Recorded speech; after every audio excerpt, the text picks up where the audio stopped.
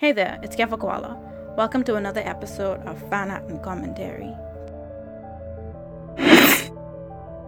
Today's subject is Ben 10, but more specifically, I'll be looking at why of Grandpa, Gwen, and Ben is Ben the better choice for the protagonist. I've decided to narrow down my talk because I've noticed that I tend to ramble on, and if I have to focus on too much things in a story, my videos will really get too long. So first things first, I just want to mention that I'm not really looking at who would be the most effective hero in wielding the Omnitrix, because of course Grandpa would be the better choice. What I do want to look at is who makes the more interesting hero when you put side by side personality and prior knowledge when obtaining the Omnitrix. I'll also focus on, my main focus will be just classic Ben 10, like the original that came out. So when I'm talking in the video, just keep that in mind that I'm not mentioning all of Ben 10's lore and just specifically the old Ben 10.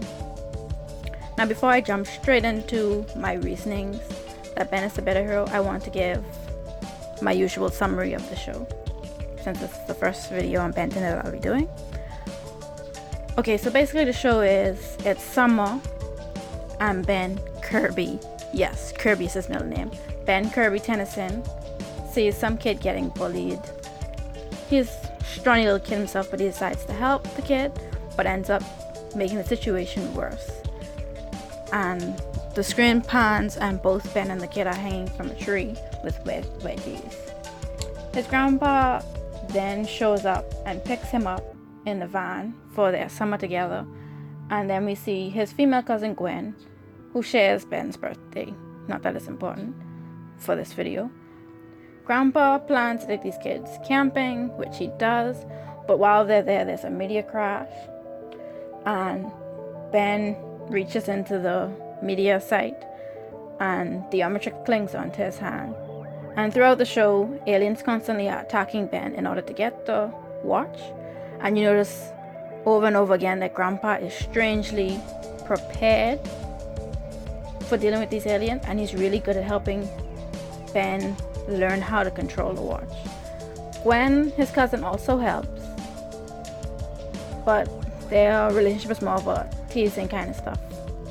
But along the way, she learns magic.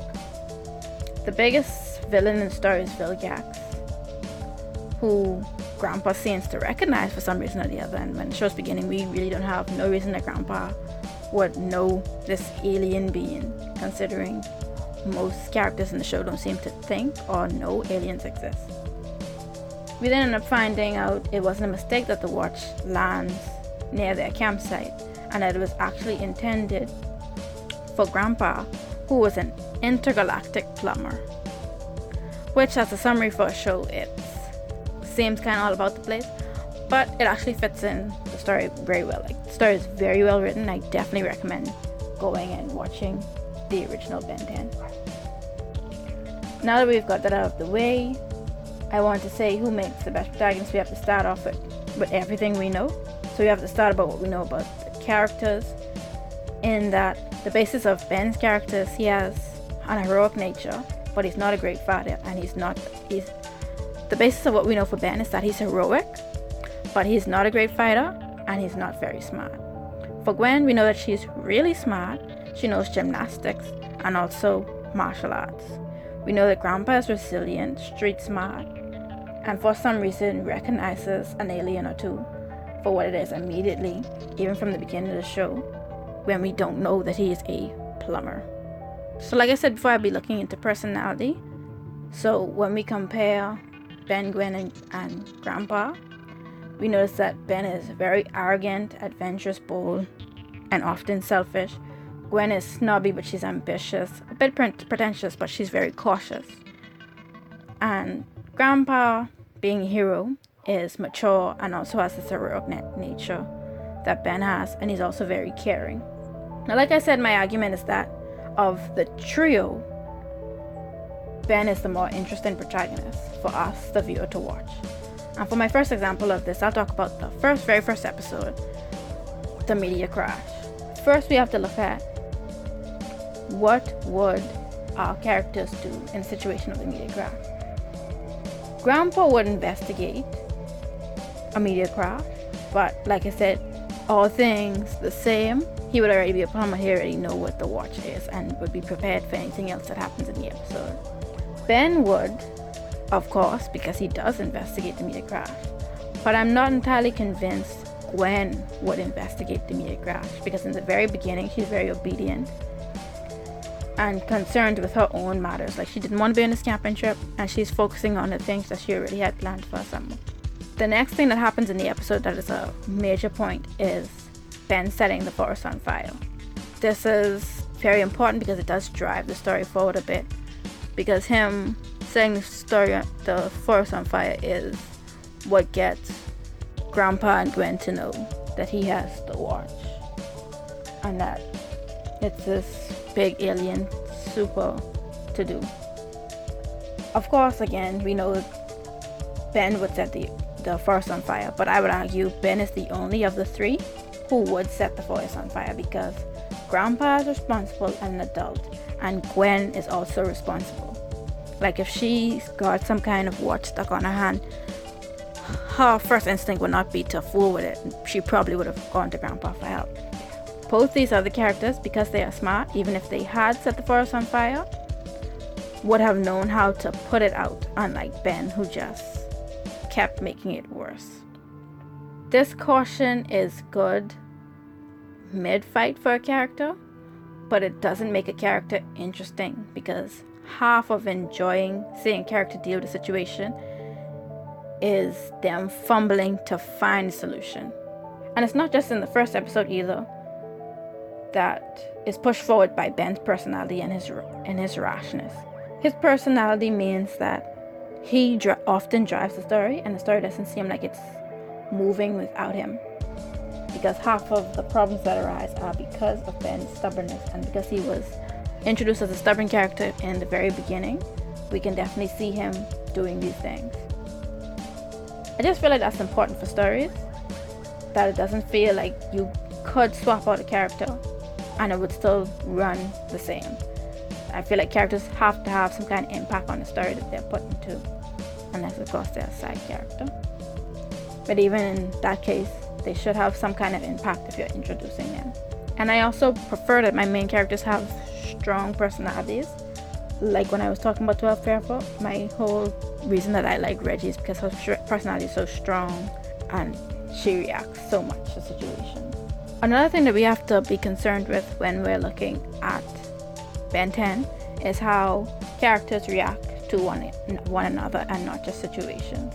So if Grandpa had found the watch, because he's a responsible adult, we would assume that he would be shipping both of the little troglodytes back home for their own safety, or he would hide it and whatever's happening around it from them the entire summer, much like how he hid being a plumber, and that doesn't really make for all too entertaining.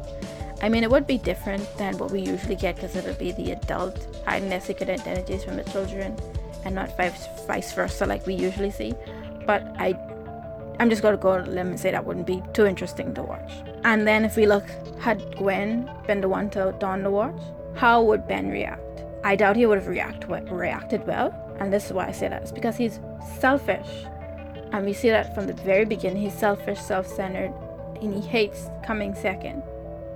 And he has shown, even with the Omnitrix, that he has an inferiority complex when it comes to Gwen, who seems to be naturally talented in things. So I don't think he would have been as supportive of Gwen as she tries to be of him, even if she disagrees with his actions most of the time. Lots of people can say the way Gwen pokes fun at Ben is not her supporting him, but when push comes to shove, you see she's very endearing of a cousin, even when she's relatively powerless. But in Ben's case, if everything was the same, he'd probably just be in the corner pouting, because he had no talent to fall back on it. Because when things pop off, we see Grandpa jump in action and Gwen's jumping around, jumping in action. And she can only do these things because she was already trained in martial arts, and she was already super smart to conceive these plans. like I said, Ben's not too smart, and he doesn't seem to be involved in almost any extracurriculars as it starts. I think later on we learn that he's into baseball, but he's still not very good at it. It's for these reasons that of the trio, I truly do think Ben was the better choice for the Omnitrix as a protagonist of the story. And I just think he was a superb choice in general, and the creators really did a good job at deciding how to drive their story and the characters who would be in it. I'd also like to talk about the art piece this time. So this is definitely one of the more detailed pieces that I've done in quite some time, and it's because Ben 10 was one of my favorite cartoons growing up. I think I got into it late primary school, so it was about the time when I was less interested in colors and just relative actions and more interested in story-driven pieces. It also holds up pretty well, and though it's story-driven, it's pretty simple. You have the three main characters from the original, so the art itself is pretty simple as well. It's just the three main characters from the original Ben 10, and then my three favorite aliens, which are Heat Blast, Accelerate, and Four Arms, in that specific order. I like Four Arms because just the way Ben uses him, I like him, because when Ben uses Four Arms, he's usually just hulking out, go hard or go home. Usually he has no plan. He's just like, I'm just gonna F stuff up. I feel like Accelerate should be a fan favorite on the whole, because who doesn't like speedy characters? And then he also has this really slick design, the lizard tail, and like a visor that comes down and covers his face. It's like a 10 out of 10 design. Great character.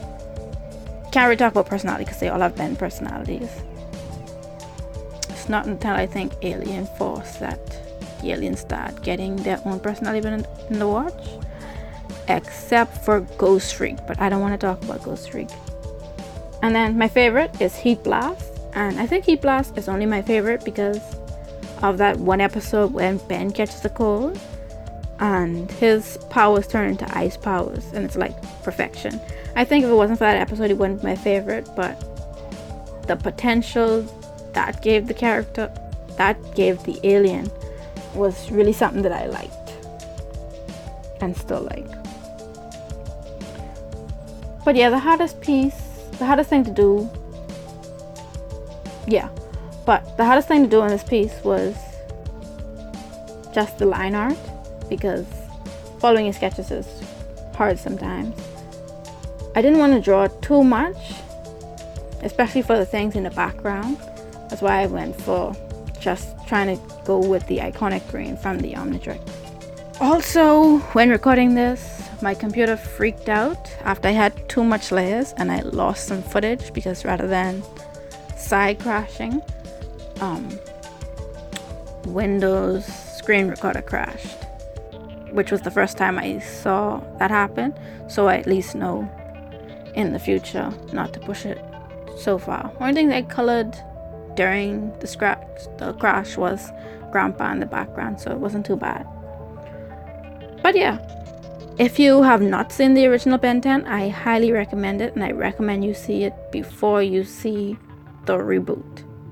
If you like this video, you can check out the previous Fanart and Commentary that was on 12 Forever, or you can check out the one before that, which was a Fairly Odd Parents piece. And if you don't want to see any fan art, I do have some other videos on my channel that you can check out.